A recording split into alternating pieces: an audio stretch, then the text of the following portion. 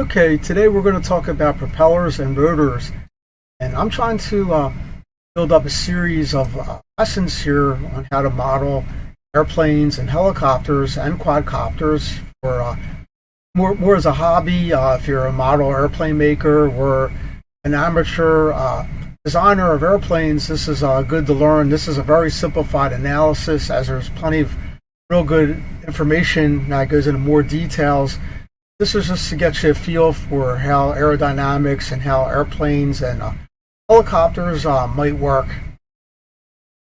So we're going to talk about propellers, which in this analysis is a fixed pitch device used on airplanes and quadcopters, say. And we're also going to talk about rotors, which are more variable pitch surfaces used on helicopters. So there's kind of a crossover. They're similar in a lot of ways, and have some slight differences when you do the simplified analysis. We're trying to do something that's very simple that you could do with hand calculations or an Excel spreadsheet.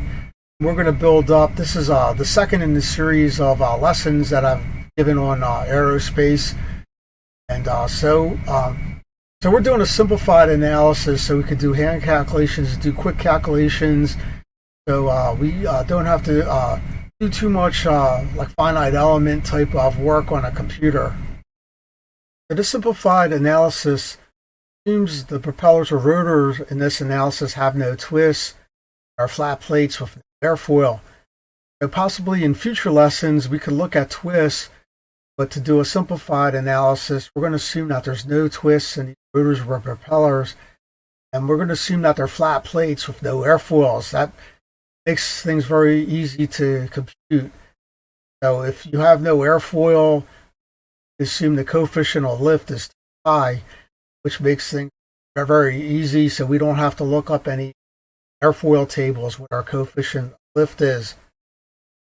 So let's assume this is our propeller or rotor or blade here, and the blade is like a screw. It has a pitch to it that pushes the air through as it spins around. So this blade, it spins around at frequency W. It would be like RPM or radians per second, revolutions per second. So anyway, this blade has a chord, which is a width, and it has, say, a radius, R. But if we call this our Y and x-axis, R could vary. As this blade spins around, it has a velocity distribution, linear velocity, V equals omega r. So at any point along r, there's a velocity that's linear. You could say at the hub, at the point of rotation, v0, but as you get to the full length at r, point r, velocity of the tip is velocity of the tip. That's our maximum velocity.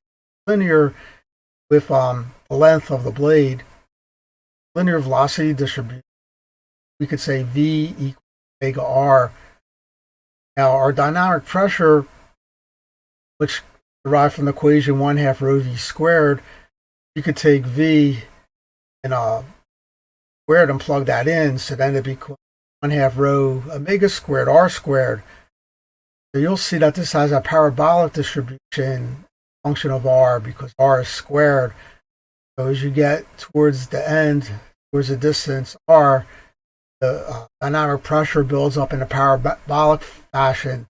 So we'll show later that this point here we call our center of pressure is 3/4 of the radius.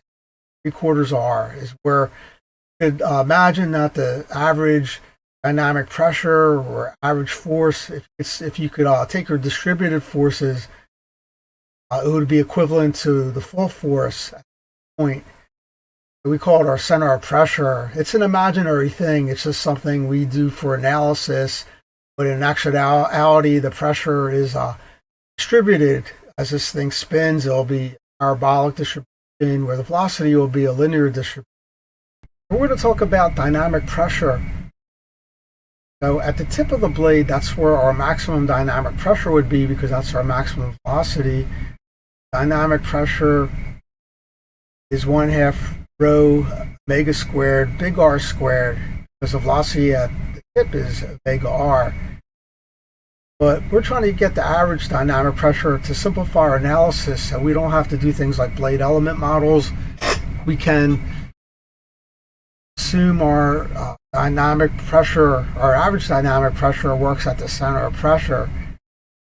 So if we go back to calculus and look at the averaging equation, if you want to average over distance r of the blade, it has a form of 1 over r, the integral from 0 to r, 1/2 rho omega squared r squared dr. So we take out the terms that aren't variable, so it winds up being rho omega squared over 2r from 0 to r of r squared dr. So we have to integrate r squared.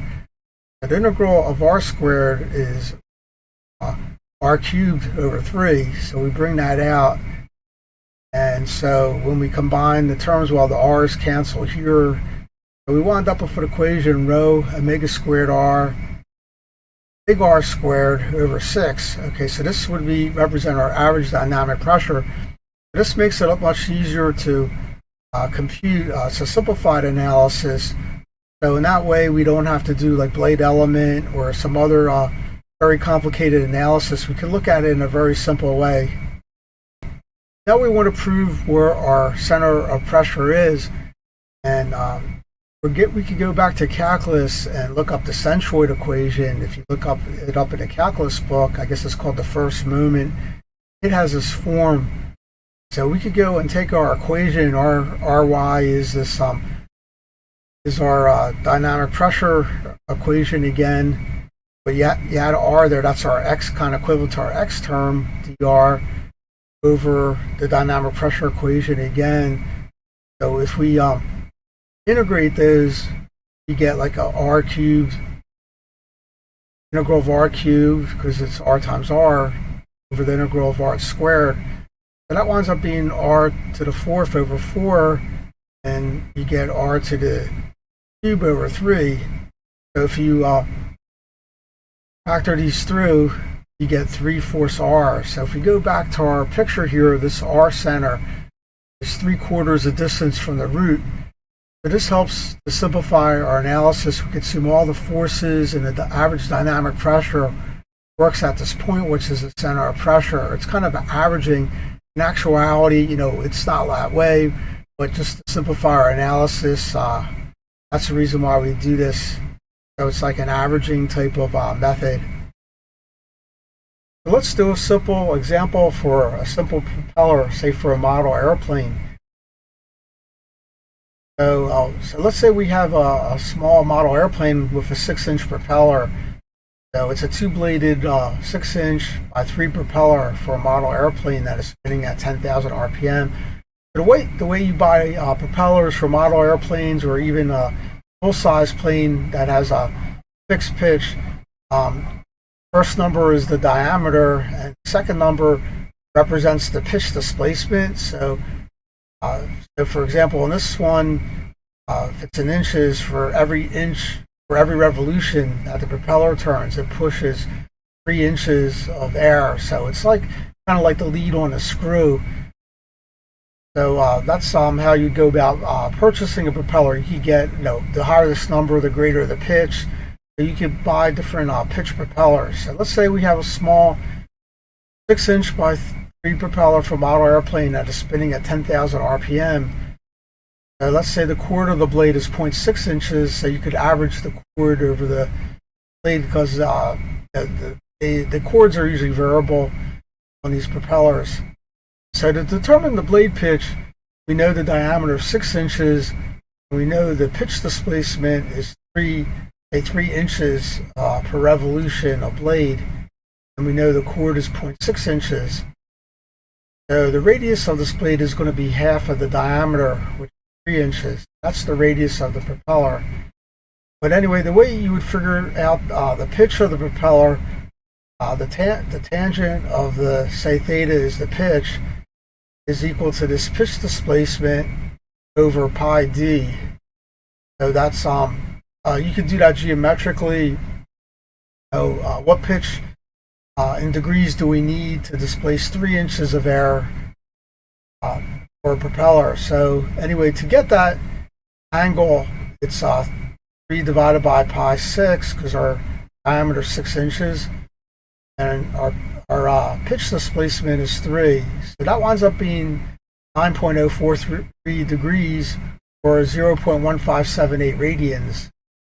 So that's how we could determine the pitch of the blade from this number, from the diameter, the pitch displacement. Now we need the speed of the propeller in radians per second.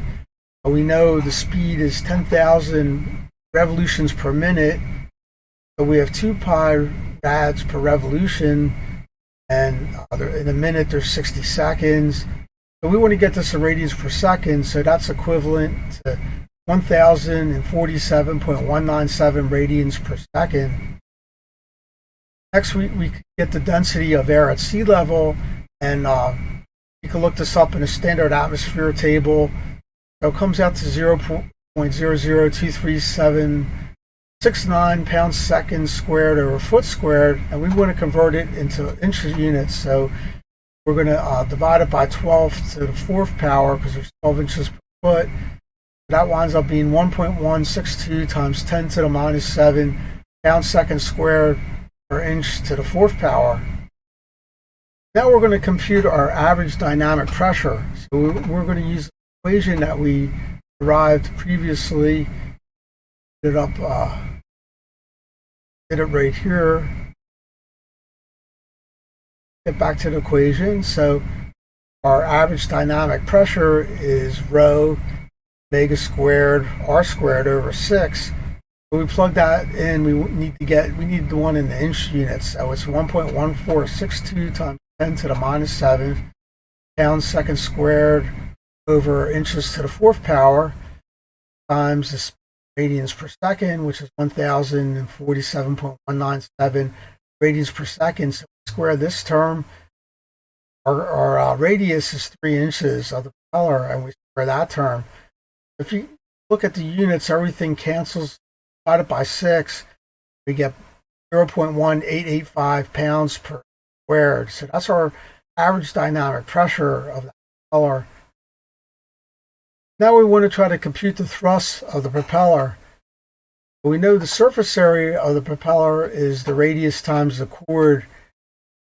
Get the force, because we have 2 blades, 2 times the average dynamic pressure times the surface area. That'll give us the force. That so the pressure, dynamic pressure, is working on that surface area. So we take 2 times our average dynamic pressure, which is 0.1885 pounds per inch squared. Multiply that by the area. So the surface area is 3 times 0.6. Our radius squared. So that means we're getting 0.67 pounds out of this little propeller. Hopefully our plane is less weight than that, or hopefully our drag is less weight than that. So in our little model airplane, at this speed, we could generate 0.6786 pounds airplane. Now we want to work towards how do we compute the power needed for this propeller, because we have a motor that's going to drive it or an engine. So we need to size that. So the first thing to do is compute the velocity of the air moving through the propeller. So at 10,000 RPM a minute per seconds, and our pitch displacement is 3 inches of air per revolution. That means air is moving through that propeller at 500 inches a second. So to compute the power is the force times the velocity. We take our 0.6786 pounds and our velocity, so that winds up being 339.3 inch-pounds per second. So 1 horsepower is 6,600 inch-pounds per second, which is 746 watts. If we want to figure this out in horsepower, we divide up our 339.3 divided by 600. That winds up being 0.0514 horsepower.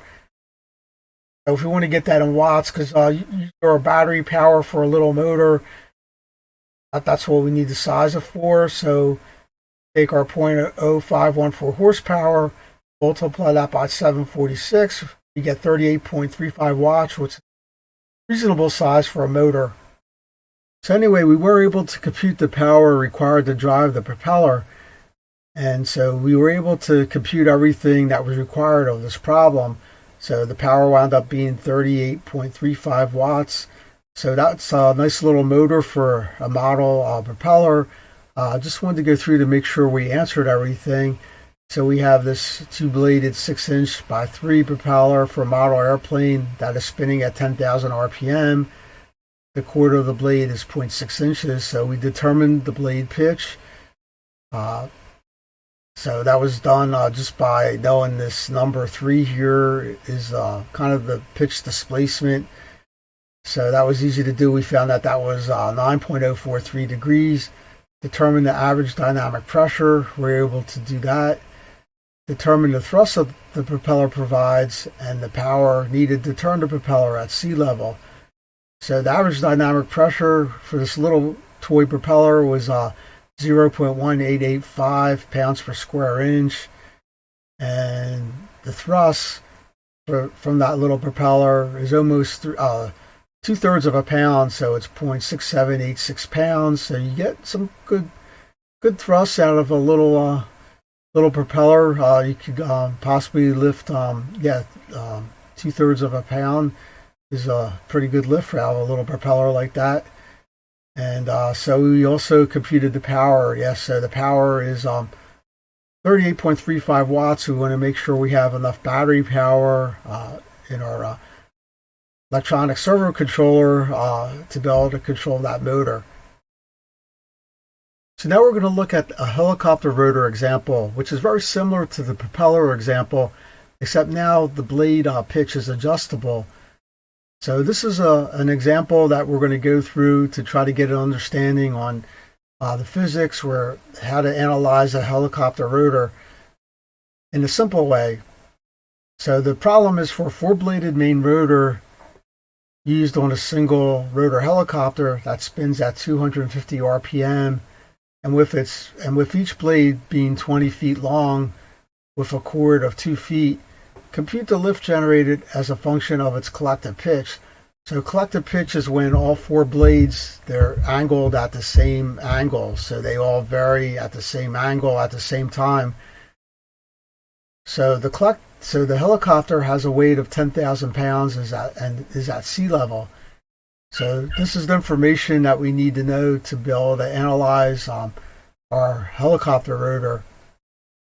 So the problem is determine the collective pitch of the rotor required to hover the helicopter. So that's saying what collective pitch do we need to lift a 10,000 pound weight, and then compute the power required to hover the helicopter. So that's important. We need to size our engine.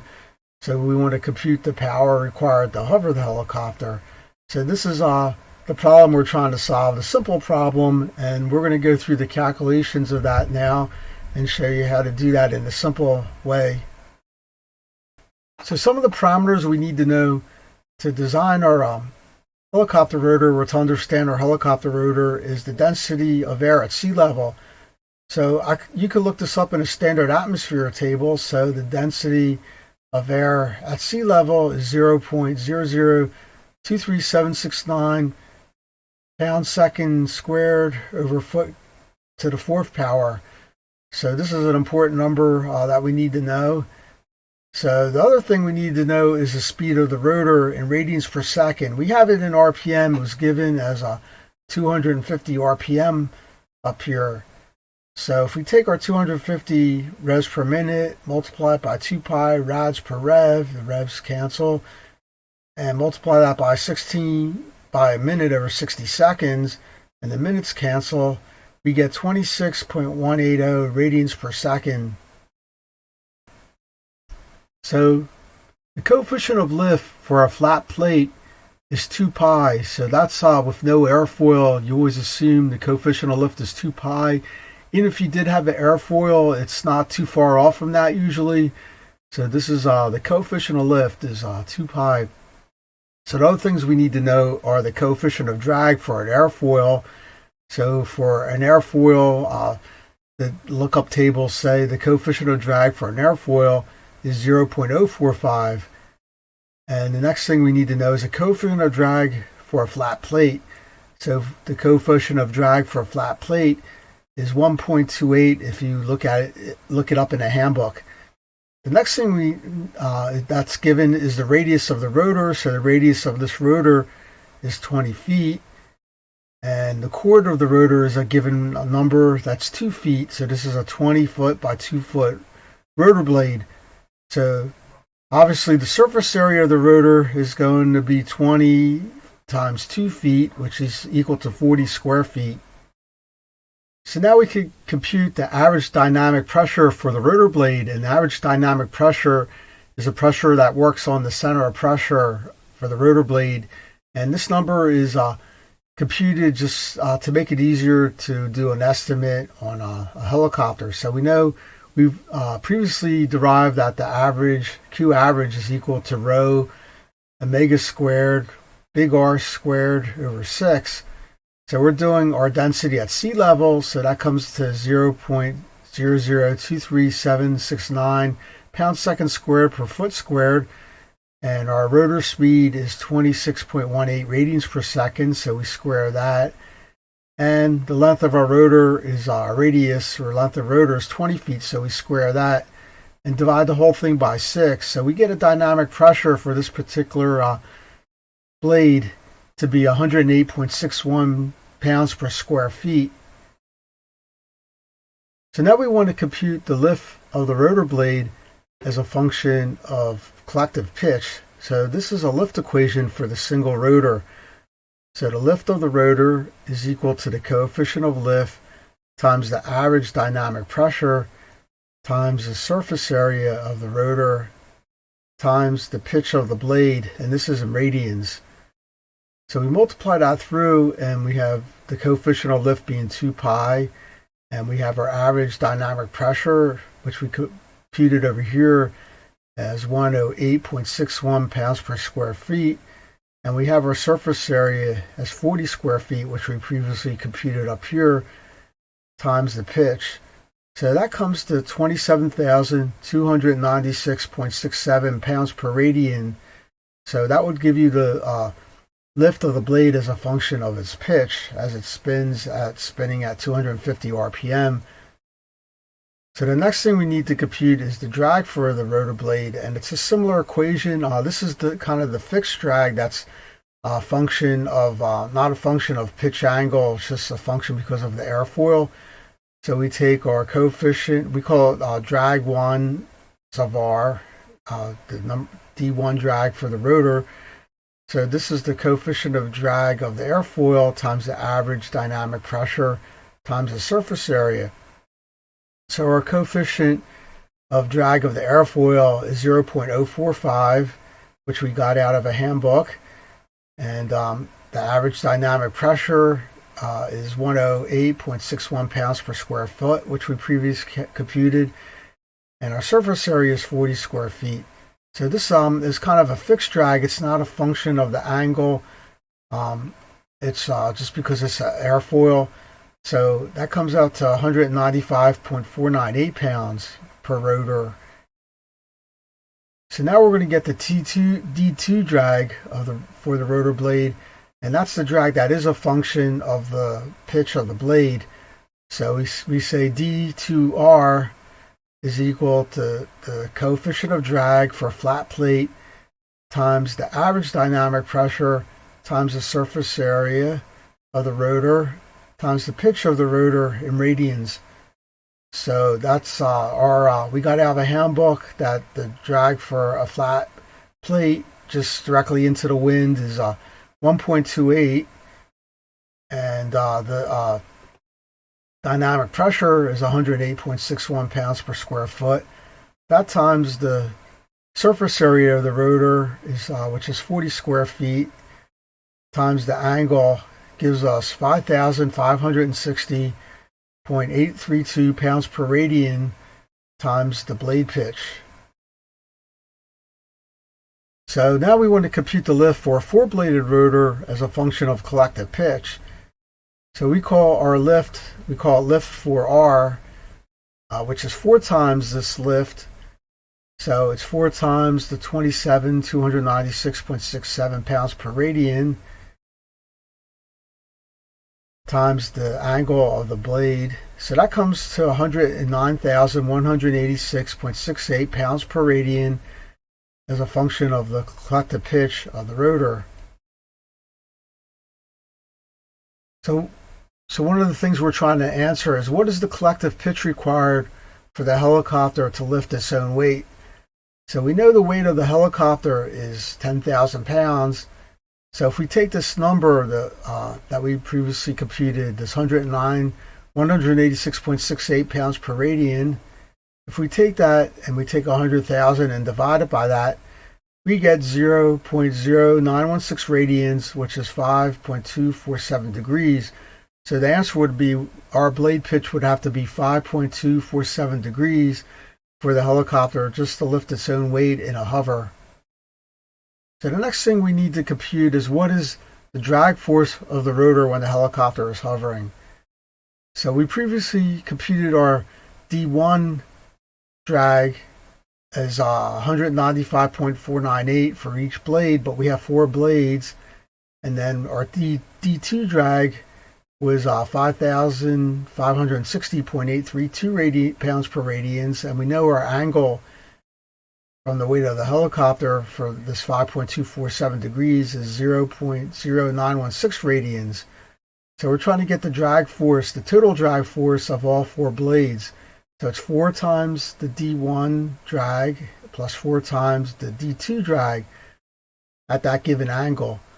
So that winds up being the total drag on the blades.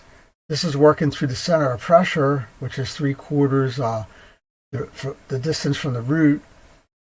So our combination of 4 blades is causing 2,819.48 pounds of drag force. So now we're going to compute the torque on the rotor when the helicopter is hovering. So we want to get the total torque because we're trying to figure out what the power required is to turn this rotor. So if we take our drag of that rotor, the total drag, and we multiply it by the 3/4, see, it's working through that center of pressure, which is 3/4 the distance from the root. So it's 3/4 of the distance of the total distance radius of the blade. So it winds up being 3/4 times 20 feet, which is the radius of the blade, times this 2,819.48 pounds. So it winds up being, our torque winds up being 42,292.20 foot-pounds. So what is the power required for the rotor when the helicopter is hovering? So our power required is the torque times the rotational speed. So we take our 42,292.2 foot-pounds and multiply that by our speed, which is in radians per second, which is 26.180 radians per second. So that comes to 1,107,209.79 foot-pounds per second. Okay, so this is the total power required to drive that rotor when we're in a hover. So this is a good way to compute, to estimate the power required for a turning rotor.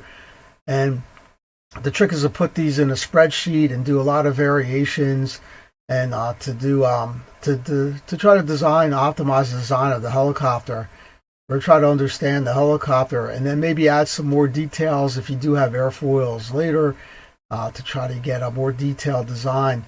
So anyway, 1 horsepower is 550 foot-pounds per second. So if we want it in terms of horsepower, we take our 1,107,209.79 foot-pounds per second and divide that by 550.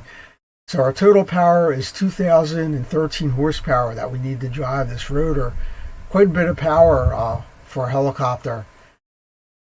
Anyway, so this is the end of the lesson, and this is to teach you about propellers and rotors, which will be helpful for our later lessons. This is the second in the series of my aerospace lessons. The first one was on how to design an airplane. It was a Piper Cub J3 example.